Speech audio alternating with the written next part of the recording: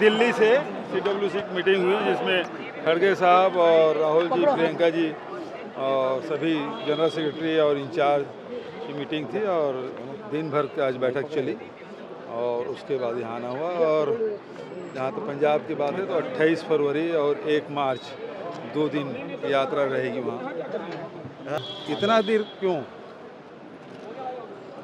तो जब रिजल्ट आए 10 दिन से ऊपर हो गया तो मुख्यमंत्री चयन करने में इतना विलम्ब क्यों? क्या अंदर खाने में इन लोगों को बन नहीं रही है? क्या इनके बीच में अंतर्विरोध है और इसके कारण से ये चयन नहीं हुआ, आज हो रहा है? तो ये तो दिल्ली के लिए दुर्भाग्यजनक है कि इतने दिन तो निर्णय लेने में लग रहे हैं, मुख्यमंत्री कौन होगा।